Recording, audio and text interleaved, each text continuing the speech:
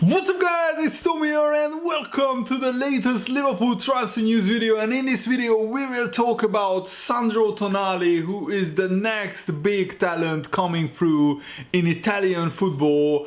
And even the Brescia owner Massimo Salino has said that Liverpool have personally called him previously about Sandro Tonali, so Liverpool are definitely interested, but there are many clubs interested in Sandro Tonali. So let me know, have you seen Brescia play this season? I'm watching the highlights of the Serie A, and Sandro Tonali of course always is standing out for Brescia. He is playing in the base of a midfield, operating in an Andrea Pirlo-esque role. So let me know, would you want Liverpool to sign this guy? He would be available for around 40 to 50 million pounds. That's the transfer fee right now that I can see branded about. But of course there is an argument that Liverpool should wait for Marco Grujic to come back from his Hertha loan spell in the summer and put him in the substitute role for Fabinho as a defensive midfielder. And Sandro Tonali is only 19 years old. He made his debut in August 2017 and he already racked up 64 league appearances even before hitting his 20th birthday. So in this video we will take a look at Sandro Tonali, and you will learn all you need to know about him and also many other Liverpool news wrapped into this video. So if you enjoyed these, leave a like and subscribe, turn on the post notifications so you never miss the latest Liverpool news around the Liverpool Football Club.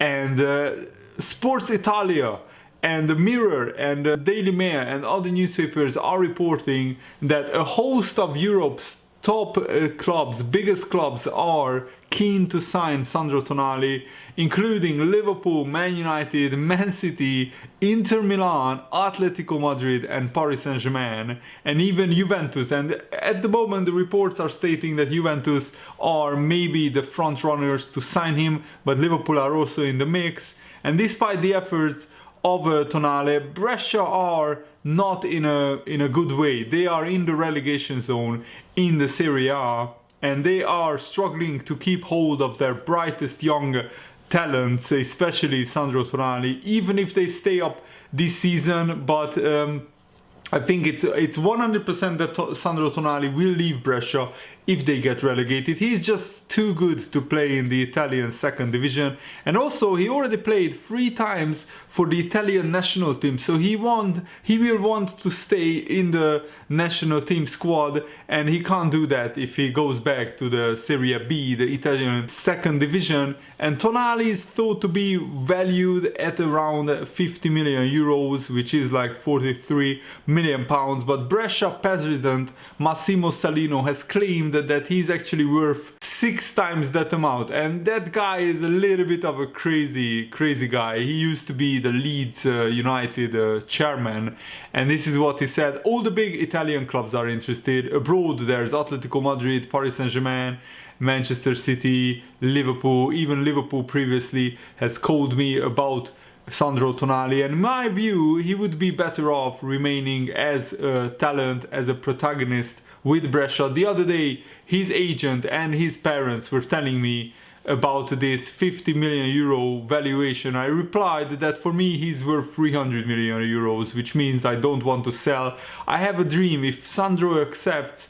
I'm ready to make a big financial sacrifice to extend his contract. Salino has been speaking to Corriere dello Sport, and part of their headline quotes him as saying that Liverpool have called Salino about the availability of Sandro Tonali. So there is definitely interest, and I think that Liverpool are keeping tabs on all the big like young talents in world football. Before Leeds United, he owned Cagliari, and then he purchased Brescia in 2017 after selling his shares in Leeds United because he really failed at Leeds United. He couldn't get them promoted into the Premier League, so he went to other ventures. And Jurgen Klopp has been talking about Liverpool's future transfer business in a way. This is what he said in December, Jurgen Klopp: "We have to make changes, that is normal. I have no clue how and who. We have to refresh things in moments. This team will always be the core set, the basis for all the other teams following. There is no need to make the same number of changes that we made in the last 4.5 years, in the next 4.5 years.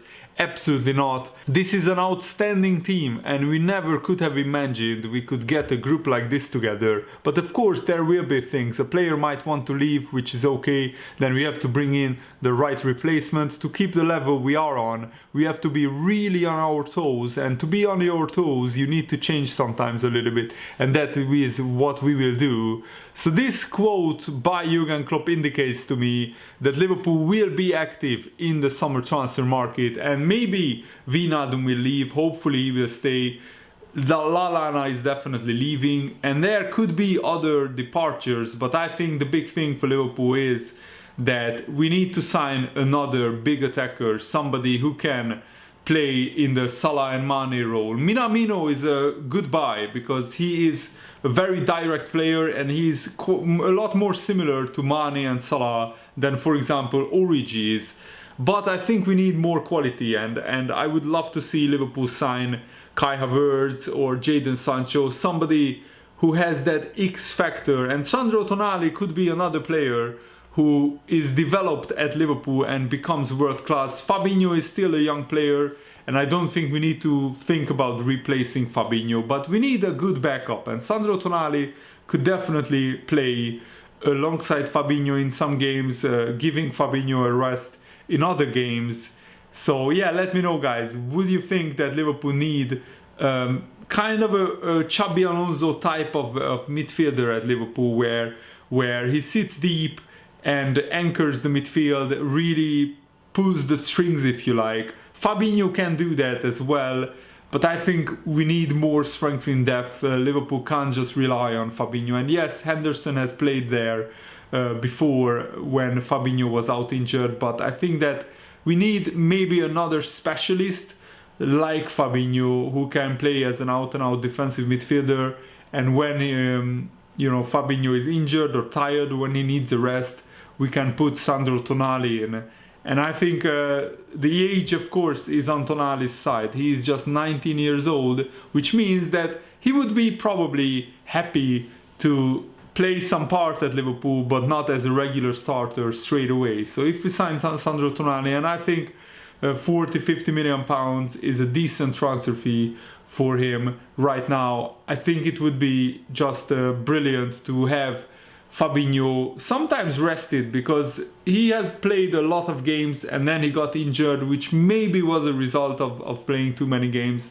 So I think if we have somebody like Sandro Tonali in our club, I think it would benefit Liverpool. Look at Manchester City. They have Fernandinho and Rodri, two players who can rotate between each other from game to game. And if Liverpool want to win all the trophies, which I think that Liverpool are building a squad to do that, we don't want to surrender the FA Cup and the League Cup like we had to this season, or we have to maybe in the future in the FA Cup, because if Liverpool would have more players, bigger squad, then I think we could attack those competitions as well. And I want to share with you guys a fascinating interview that Thierry Henry gave, where he was talking about the difficulties that he has encountered since entering the world of football management, and also he has specifically mentioned and talked about Liverpool, and I think this is fascinating. Thierry Henry was one of the best players when I started watching the Premier League. He was in his prime. I started watching the Premier League around like 2000, 2001, and Thierry Henry was coming through at Arsenal, signed for Monaco, and he was a fantastic player. He was the best player probably in the Premier League in the first like 3 or 4 years where I watched the Premier League. And this is what Thierry Henry said. I'm not talking about myself, but in general, people want these days for someone to install a dynasty in a very short space of time. That's impossible. Look at Jurgen Klopp. I am not comparing myself to him, but he's an example that I look at because he's in England and I followed that for TV. He worked for Thierry Henry worked for Sky Sports from 2014 to 18, When he arrived, it was said that everyone was getting injured because the people were not used to a team that trained in a certain Jurgen Klopp way. There you have to change to adapt to a style, as Jurgen Klopp likes a lot of pressing. There were a lot of hamstring injuries, and you would see the team concede goals over the years. It took 6 to 8 months to adapt. Then you have to see who can play in your system. And right now everyone goes, wow, look at Liverpool. But that took 3.5 years, even for a great manager. He did not do that to win the Champions League in 3 months or even 2 years. It took 3.5 years. That's a very good point by Henry, and I have a lot of respect for Thierry Henry, who is probably one of the biggest legends of Arsenal and of the Premier League.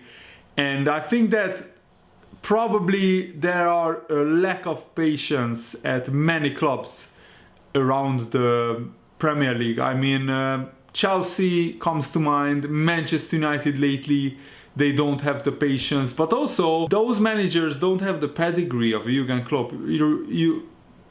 A lot of people sometimes forget that Jurgen Klopp was already a Champions League finalist. He was already a 2 times Bundesliga winner when he came to Liverpool. And if you look at Frank Lampard, if you look at Ole Gunnar Solskjaer,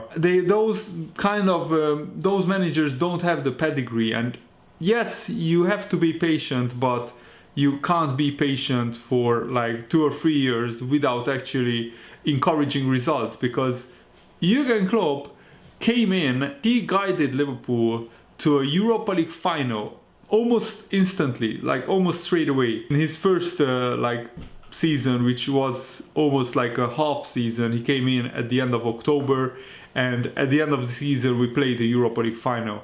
You don't do that unless you are a brilliant manager, and that Liverpool team was not really ready to play in the Champions League. So maybe it was a blessing in disguise that we lost the Europa League final and in the end ended up without European football in the next season, because we could just concentrate on finishing in the Champions League, and in the end we finished in the Champions League places by just 1 point. The evolution is very clear at Liverpool. Other clubs can copy Liverpool all they like, but you have to have absolutely brilliant transfer business done, and that's what Liverpool have done. I mean, Joe Gomez, he was imperious again against West Ham United, absolutely brilliant player. We conceded just 9 goals in 25 games where Joe Gomez played the full 90 minutes of those games. I'm referring to games where we played when Joe Gomez didn't have to come on as a substitute, but when he started and played the whole game. 9 goals conceded in 25 games, and also Joe Gomez cost £3.5 million. That was the original point that I wanted to make.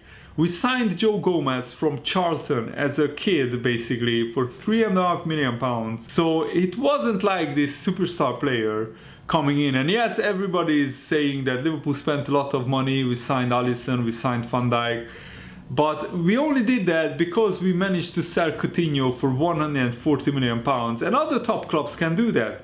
I mean, Tottenham could sell Harry Kane for probably like 200 or 150 million and rebuild their club.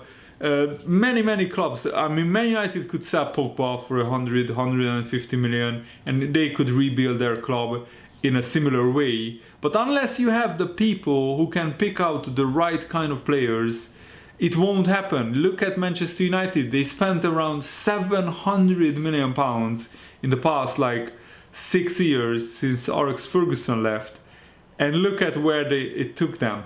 Not really far. They are fighting just to scrape into the top 4.